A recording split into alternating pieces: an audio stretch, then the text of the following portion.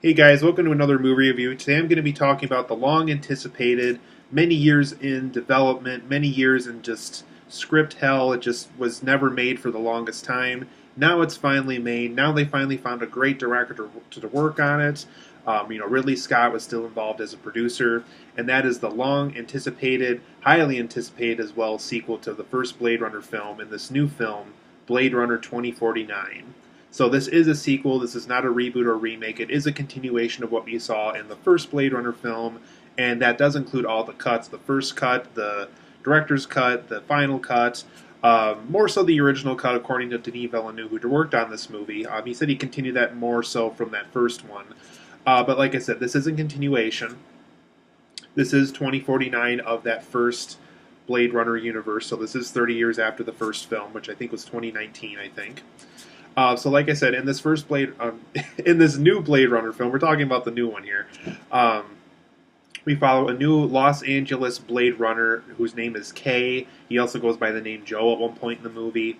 Who's played by Ryan Gosling, and he's been on the force for the longest time. He's kind of where Rick Deckard, who was played by Harrison Ford in both this film and the first film, kind of where Rick Deckard was in that first Blade Runner film. People went to him, very respected Blade Runner. He in both this film and the last Blade Runner film, these Blade Runners are expected to kind of look after everybody, look after society, see if they can find something called replicants, which are bioengineered humans. These are human beings that have bigger strength, more robotic qualities than a human would have. There's just certain things about them that are very different from humans, and only a really good Blade Runner can really detect these things and keep human beings safe from these replicant beings. So basically, Kay is kind of the new Rick Decker. People go to him, people ask him questions a lot. They give him the big cases. Similar to Rick Deckard, people ask, well, not really the people in the movie, but us as the audience ask, is this a human or a replicant that I'm looking at? Because there's definitely qualities of both of those things here within this character, just like Rick Deckard in the first film. But anyway, as Kay goes along, as these mysteries start popping up, as new cases start hitting his desk, as he's trying to get used to Los Angeles and the way 2049 is with its crime rate, which seems to be much more severe than it was in that first Blade Runner film. New mysteries start coming up. Kay starts asking himself questions. He starts to ask, what is real? What is a fantasy? What is a dream? All these things happen. And by the way, this is a spoiler-free review. There's no spoilers I'm going to try to put in this review at all. I'm really trying to make this as non-spoiler as I can, just giving you reflections of how I felt about the film and kind of things that I feel Denis Villeneuve is okay with you knowing going into this movie and for you experiencing for yourself as you watch this movie. So that's really what this review is really going to be for those who are curious. Um, so Kay has these new mysteries. He finds out about Rick Deckard, about how he was this very, well-established Blade Runner. He was highly respected. There was a lot of incidences with him that are still kept on file. So basically, he makes this effort to track him down because he has questions himself that he feels he can't answer by himself. So he tracks Rick Deckard down, and Rick Deckard, is willing to help him with certain things, but he's very emotional about other things. So he's not exactly to answer all the questions that Kay might have about what's going on with his life and the cases he's taking on. But as the film progresses, more mysteries are being asked. Mysteries of the first Blade Runner film are being continued and expanded on. And besides just the Rick Deckard mysteries, we now have the mysteries about Kay, this newer Blade Runner, and exactly where his future might go into long after the credits are done with this new Blade Runner film. So overall, guys, I really enjoyed Blade Runner 2049. Definitely a film I really can't tell you too much about, as you can tell by my synopsis. I really had to be careful with what I was able to tell you, what Denis Villeneuve is, I'm sure, okay with you knowing going into this movie. I guess the big thing that And I think it's more of a marketing thing just to inform people and to kind of comfort the fans that Harrison Ford is in the new movie. There was talks at one point that he wasn't going to be in here. There was even talks at one point that this new Blade Runner film is going to focus on a female Blade Runner. So this film has had so many different stages of development, and obviously they had to make changes, and they did with directions that I feel that fans are probably the most comfortable with if we ever got a sequel to Blade Runner like we do now. So many things have happened. I was overall really impressed with what they did here. So let's go over some of those positives and negatives of what I really liked about this new Blade Runner film and why I kind of think I like it better than the first Blade Runner movie. I think this is a better Blade Runner film overall. So for my positives and negatives of this movie, the visual effects in this film are absolutely amazing. The CGI, the sets, the production design, it really does look like we're back in that first Blade Runner film, which, by the way, I appreciate on a visual standpoint. I remember when I saw the first Blade Runner film a while ago, I definitely appreciated it on a visual standpoint. I wasn't huge on the story of the first Blade Runner film. I thought it had cool ideas. So go into this review knowing that I was one of those people where I visually appreciated the first Blade Runner film, and I kind of went into this one kind of expecting anything, whether that be good or bad. So that's kind of where I stood when I went into this movie. So, but overall, like I said, visual effects wise, amazing, great CGI, great production design, definitely a great production. Denis Villeneuve definitely had the right visual flair for a Blade Runner film. He continued what Ridley Scott did in the first film, while also going with his own direction and expanding the universe even more. Roger Deakins, who's a very famous cinematographer, he did some great cinematography in this film. Every shot looks like it belongs where it is. It's just beautifully shot, beautifully lined up with everything in the shot.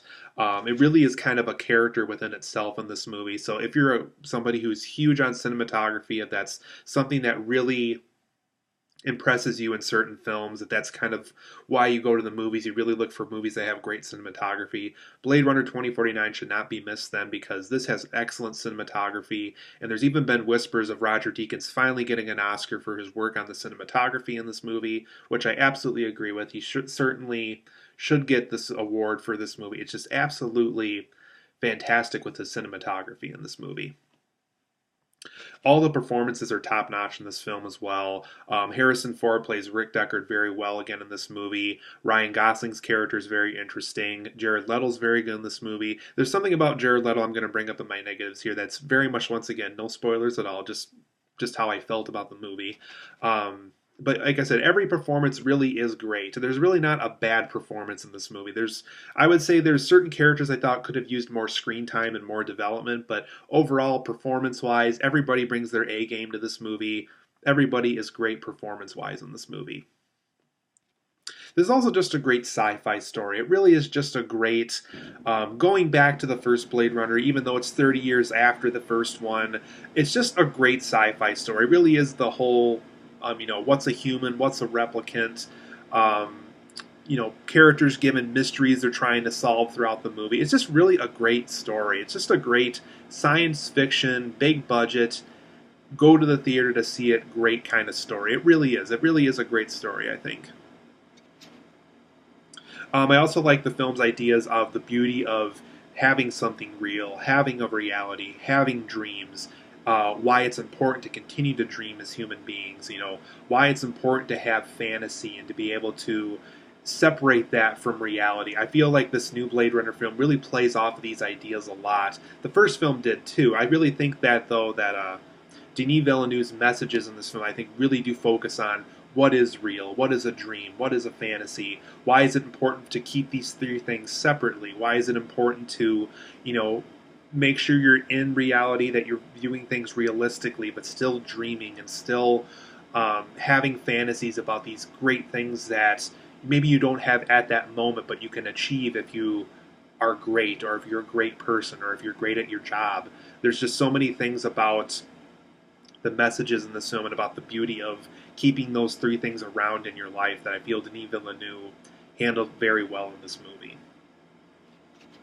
I also like how this film kind of showed more of the overall Blade Runner job. They definitely show it a lot in the first one. We really get to see kind of what Rick Deckard what his job was like as a Blade Runner in the first one. But this film, I really felt like I kind of tagged along with Ryan Gosling. I kind of got to see the life of the life in a day of a Blade Runner, of kind of what their everyday life is like in this job. If they have to take a replicant in, what is that like? If they have to figure out a big case, if they have to find about certain mysteries and certain answers to that mystery, how does that play out? I really feel like this film shows more of the overall Blade Runner job, which I thought was really cool in this movie. This film also expands and creates more replicant material. They really expanded on the replicant stuff in the first movie while also creating new stuff about replicants in this newer film.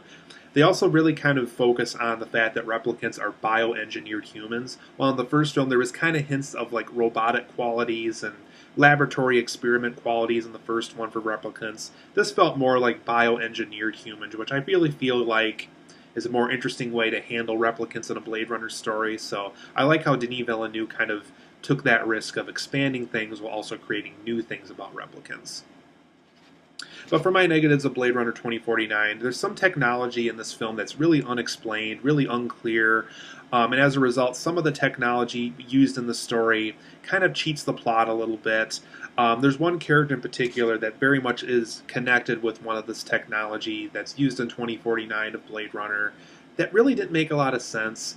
And I left the theater with just kind of a lot of like obvious questions.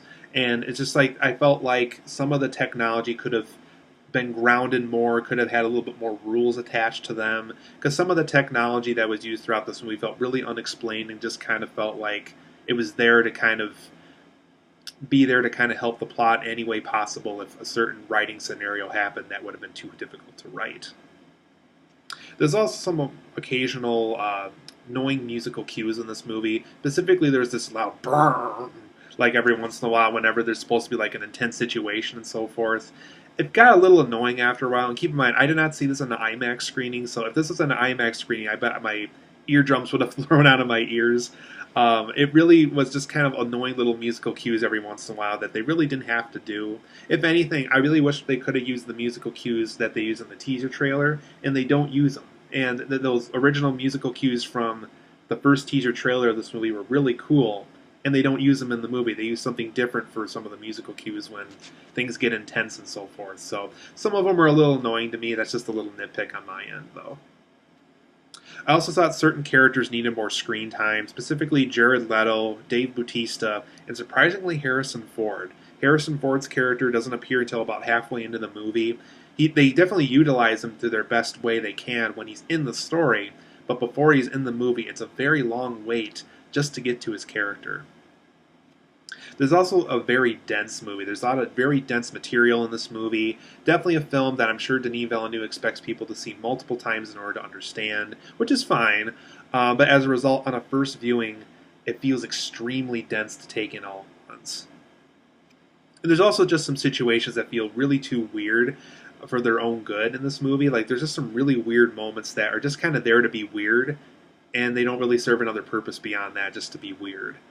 But overall, I'm going to give Blade Runner 2049 an 8.5 out of 10. I think it's a very strong movie. It's one of Denis Villeneuve's stronger productions for a movie. For me personally, I thought Enemy was an overall better film. That's kind of my personal favorite Denis Villeneuve film so far. But I feel like this is his best production. It's his most impressive production he's made so far in his career. I really think that that's something that this film has going for it.